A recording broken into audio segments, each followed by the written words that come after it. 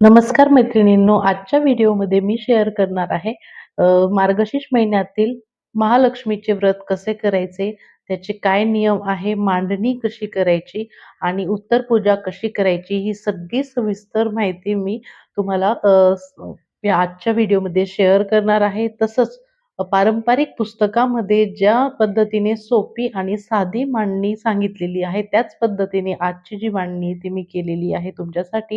तर चला सुरू करूया आजचा व्हिडिओ. त्यापूर्वी जर तुम्ही चॅनलला सबस्क्राईब केलं नसेल तर पटकन सबस्क्राईब करून घ्या. तर चला स्टार्ट करूया आजचा हा व्हिडिओ. तर तुम्ही इथे मांडणी बघू शकता किती साधी आणि सोपी आहे. अगदी कमी साहित्यात आणि कमी वेळेत ही जी मांडणी आहे ती होऊन जाते. तर यासाठी आपल्याला साहित्य लागणार आहे. त्यापूर्वी हे व्रत केव्हा केलं जातं ते सांगते. तर हे जे व्रत आहे ते मार्गशीर्ष महिन्याच्या पहिल्या गुरुवारपासून सुरुवात करतात. जर तुम्हाला मार्गशीर्ष महिन्यात गुरुवार साध्य नाही झाला, तर तुम्ही कोणत्याही गुरुवारी कोणत्याही महिन्यातल्या गुरुवारी करू शकतात. मात्र याचा एक नियम आहे, जे तुम्ही उद्यापन आहे ते फक्त मार्गशीर्ष महिन्याच्या शेवटच्या गुरुवारीच करू शकता. हा एक नियम आहे. तर चला आता पटकन आपण साहित्य पाहून घेऊया. तर यासाठी आपल्याला लागणार आहे गणपती बाप्पाची मूर्ती, लक्ष्मी मातेची मूर्ती. लक्ष्मी मातेची मूर्ती नसेल तर तुम्ही अन्नपूर्णा मातेची मूर्ती घेऊ शकता. तीही लक्ष्मी स्वरूप समजली जाते. त्यानंतर आपल्याला दिवा लागणार आहे, घंटी लागणार आहे, अगरबत्ती, धूप जे तुमच्याकडे असेल ते वापरू शकता. इथे पंचामृत वापरायचं आहे. त्यानंतर 5 प्रकारच्या झाडांच्या पानांच्या डहाळ्या आपल्याला घ्यायच्या आहेत. त्यानंतर फुलं घ्यायची आहेत. त्यानंतर 5 प्रकारची फळं घ्यायची आहेत. गूळ खोबऱ्याचा प्रसाद घ्यायचा आहे. त्यानंतर इथे दूध घ्यायचं आहे महालक्ष्मी मातेच्या नैवेद्यासाठी. त्यानंतर तांब्याचा कळश आपल्याला लागेल, पाणी लागेल, नारळ लागेल, त्यानंतर लाल वस्त्र लागेल. लक्ष्मी मातेचा फोटो अवश्य घ्या. नसेल तर लक्ष्मी महात्म्याच्या पुस्तकामध्ये एक फोटोची प्रत निघते तेही चालेल. त्यानंतर समई लागेल आपल्याला आणि गहू किंवा तांदूळ. ₹1 नाणं लागेल, सुपारी, त्यानंतर दुर्वा, दुर्वा नसेल तुळशीपत्र घेतलं तरीही चालेल. त्यानंतर आपल्याला सगळ्यात महत्त्वाचं म्हणजे लक्ष्मी महात्म्याचं जे पुस्तक आहे, ते आपल्याला अवश्य लागेल. त्यामध्ये कहाणी आणि महात्म्य असतं, तर ते आपल्याला वाचण्यासाठी जरूर लागेल. तर एवढं साहित्य आपल्याला मार्गशीर्ष गुरुवारच्या पूजेसाठी लागतं. तर चला आता आपण मांडणीला सुरुवात करूया. ज्या ठिकाणी आपल्याला पूजेची मांडणी करायची आहे, त्या ठिकाणी गोमूत्राचे 2 ते 3 थेंब टाकून आपल्याला ती जागा ओल्या फडक्याने स्वच्छ अशी पुसून घ्यायची आहे.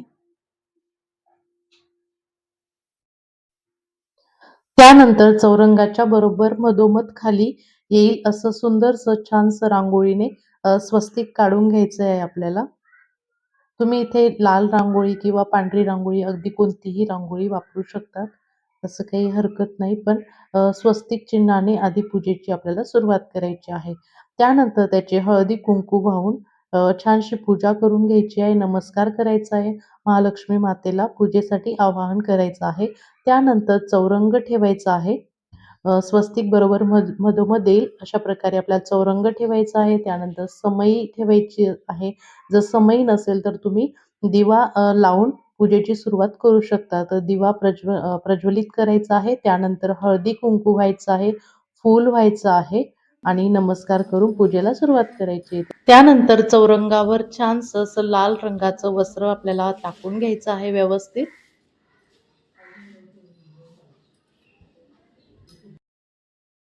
त्यानंतर चौरंगाभोवती छानशी रांगोळी काढून घ्यायची आहे. तुम्ही लक्ष्मी मातेची पावलं काढू शकता, स्वस्तिक काढू शकता, महालक्ष्मी प्रसन्न असं छान रांगोळी काढू शकतात. वेगवेगळ्या प्रकारच्या छान-छान रांगोळ्या आहेत त्या तुम्ही काढून चौरंगाच्या भोवती छान सुशोभित करून घ्यायचं आहे रांगोळीने. रांगोळी काढून झाल्यावर त्यावर हळदी-कुंकू व्हायला मात्र विसरायचं नाहीये. रांगोळीवर हळदी-कुंकू व्हायचं आहे. तर छान अशी रांगोळी काढून घेतली आणि त्यानंतर इथे आपल्याला बरोबर चौरंगाच्या मधोमध गव्हाची किंवा तांदूळाची रास टाकून घ्यायची आहे वर्तुळाकार. तर इथे बघा आता अ, अष्टकमळ सुद्धा कोणी-कोणी काढतं, पण मी जे पुस्तकात सांगितलेलं आहे त्याप्रमाणे तुम्हाला इथे पूजा सांगते आहे. त्यामुळे इथे छानशी गोलाकार वर्तुळाकार रास काढून घेतली तांदळाची छानशी. त्यानंतर आपल्याला इथे हळदी-कुंकू वाहून घ्यायचं आहे. आणि त्यानंतर इथे आपल्याला कलश ठेवायचा आहे. तर तांब्याचा कलश घेतला आहे. त्यामध्ये पूर्ण असा पाण्याने तो भरून घेतला आहे आणि त्यामध्ये ₹1 नाणं, सुपारी, आणि दुर्वा व्हायची आहे. दुर्वा नसेल तर तुम्ही तुळशीपत्र टाकू शकता. त्यानंतर 5 प्रकारच्या झाडांची जी पानांच्या ज्या डहाळ्या होत्या त्या आपल्याला तिथे ठेवायच्या आहे. त्यानंतर नारळ ठेवायचा आहे आणि कलशाभोवती हळदी-कुंकवाची बोटे आपल्याला अशा प्रकारे ओढून घ्यायची आहे. तर 5 ठिकाणी छान प्रकारे आपण हळदी-कुंकवाची बोटे ओढून घेतली आणि त्यानंतर हा जो कळस आहे तो महालक्ष्मीचं मंत्र म्हणून आपल्याला या वर्तुळाकार वरती ठेवायचा आहे. तर मंत्र म्हणायचा आहे, ओम श्री महालक्ष्मी नमः. त्यानंतर चौरंगावर आपल्या उजव्या साईडला थोडंसं तांदळाची रास टाकायची आहे. त्यावर दिवा ठेवायचा आहे. दिवा प्रज्वलित करून त्याचं पण हळदी-कुंकू, पुष्प वाहून आपल्याला पूजा करून घ्यायची आहे. त्यानंतर त्याच्याच शेजारी विड्याचं पान ठेवायचं आहे. तर त्यावर अक्षता टाकून गणपती बाप्पांना आसन द्यायचं आहे आणि गणपती बाप्पांना स्थान द्यायचं आहे तिथे. त्यांची पण हळदी-कुंकू, गंध, अक्षदा आणि पुष्प वाहून पूजा करायची आहे. त्यानंतर विड्याचं पान ठेवायचं आहे आणि आसन देऊन तिथेही महालक्ष्मी मातेची मूर्ती असेल, अन्नपूर्णा मातेची मूर्ती असेल तर ती ठेवायची आहे. तुमच्याकडे महालक्ष्मी मातेची मूर्ती नसेल तर तुम्ही अन्नपूर्णा मातेची मूर्ती ठेवू शकता. लक्ष्मी स्वरूप मानली जाते. त्यानंतर प्रतिमा ठेवायची आहे आपल्याला महालक्ष्मी मातेची. तर कलशाला टेकवून आपल्याला अशा प्रकारे प्रतिमा ठेवायची आहे आणि त्याच्यावर पण आपल्याला हळदी-कुंकू, पुष्प वाहून मातेची पूजा करायची आहे. तुमच्याजवळ श्रीयंत्र असेल तर श्रीयंत्र तुम्ही ठेवू शकता. त्यानंतर घंटी आपल्याला ठेवायची आहे आणि त्या दोघांचीही हळदी-कुंकू, पुष्प वाहून आपल्याला पूजा करायची आहे. त्यानंतर मी इथे माझ्या जवळचा जो लक्ष्मीनारायणाचा फोटो आहे तो ठेवलेला आहे. हळदी-कुंकू वाहून त्याची पूजा केली असेल, तुमच्याकडे असेल तर तुम्ही ठेवा. नाहीतर काही म्हणजे हरकत नाही, नाही ठेवला तरी चालणार आहे. त्यानंतर गूळ खोबऱ्याचा नैवेद्य आपल्याला इथे ठेवायचा आहे आणि आपण जी 5 प्रकारची जी फळं आणलेली होती, ती सुद्धा आपल्याला इथे ठेवायची आहे नैवेद्य म्हणून. तर आता ज्या आपण नैवेद्याच्या वस्तू इथे ठेवणार आहेत, त्यांच्या सोबती हातात पाणी घेऊन पाणी फिरवायचं आहे आणि नैवेद्यम समर्पयामी म्हणायचं आहे. तर इथे लक्ष्मी आईला प्रिय असा दूध आणि साखरेचा जो नैवेद्य आहे तोही ठेवून घ्यायचा आहे आणि धूप आणि दीप ओवाळून घ्यायचा आहे. मनोभावे पूजा करायची आहे. तर अशा प्रकारे अगदी साधी आणि सोपी मांडणी इथे आपली झालेली आहे. तुम्ही बघू शकता आणि त्यानंतर संध्याकाळी किंवा लगेच पूजा मांडल्यावर तुम्ही इथे जी पोथी आहे आपली तर ती वाचू शकतात. तर जे पुस्तक वाचताना तुम्हाला फक्त 8 ते 10 पानांचं पुस्तक आहे. तर सुरुवातीपासून हे पुस्तक वाचायचं आहे. काही स्त्रिया फक्त कहाणी वाचतात, तर तसं न करता सुरुवातीपासून पूर्ण महात्म्यपर्यंत हे पुस्तक वाचायचं. त्यानंतर लक्ष्मी अष्टकं म्हणायचं आहे, आरती म्हणायची आहे आणि नैवेद्याला संध्याकाळी काहीतरी गोडाचा नैवेद्य तुम्ही दाखवू शकता, खीर दाखवू शकता. आता ही आपली झाली पूजा मांडणी. सगळं काही जे व्रत आहे ते व्यवस्थित इथे झालेलं आहे.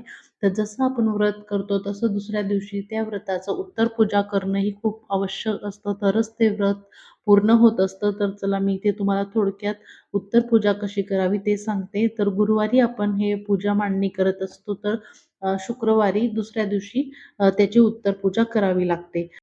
तर शुक्रवारी सकाळी लवकर उठून स्नानादी आवरून घ्यायचं आणि पूजेजवळ आपल्याला पुन्हा सकाळी दिवा लावायचा आहे. त्यानंतर आपल्याला धूपबत्ती लावायची आहे आणि त्याच्यानंतर हळदी-कुंकू लावायचं आहे. सगळ्या देवांना जे देव आपण पूजेमध्ये मानलेले होते त्या सगळ्या देवांना आणि ज्या वस्तू पण आपण ठेवल्या आहेत त्यांना सगळ्यांना हळदी-कुंकू व्हायचं आहे. स्वतःला हळदी-कुंकू लावून घ्यायचं आहे. गोडाचा प्रसाद तुम्ही ठेवू शकता. साखर जरी ठेवली तुम्ही सकाळी प्रसादाला तरी चालेल नैवेद्य म्हणून आणि त्यानंतर आरतीही तुम्ही म्हणू शकतात आणि त्यानंतर आईला हात जोडून आपल्याला मनोभावे आपल्याला प्रार्थना करायची की तुझी कृपा सदैव आमच्यावर राहू दे आणि त्यानंतर आपल्याला सगळ्या ज्या वस्तू आहे त्या एक-एक करून तिथून उचलायच्या आहेत. 5 फळं ठेवली ते प्रसाद म्हणून सगळेजण आपण खाऊ शकतो. त्यानंतर जी फुलं वगैरे आहे 5 प्रकारची पानं ठेवलीत आपण. त्यानंतर विड्याची पानं हे सगळं निर्माल्यामध्ये टाकायचं आहे. कळशातील पाणी थोडंसं घरामध्ये शिंपून उरलेलं जे पाणी आहे ते तुळशीला ओतून द्यायचं आहे आणि अशा प्रकारे जी उत्तर पूजा जी आहे ती झालेली आहे आपली. तर चला हा जो व्हिडिओ आहे आजचा कंप्लीट झाला आहे आणि अगदी साध्या आणि सोप्या पद्धतीने मी तुम्हाला जी मांडणी होती, जे व्रत होतं ते कसं करायचं ते सगळं सांगितलेलं आहे. जर व्हिडिओ तुम्हाला आवडला तर लाईक नक्की करा, कमेंट करायला विसरू नका आणि चॅनलला सबस्क्राईब करा. धन्यवाद.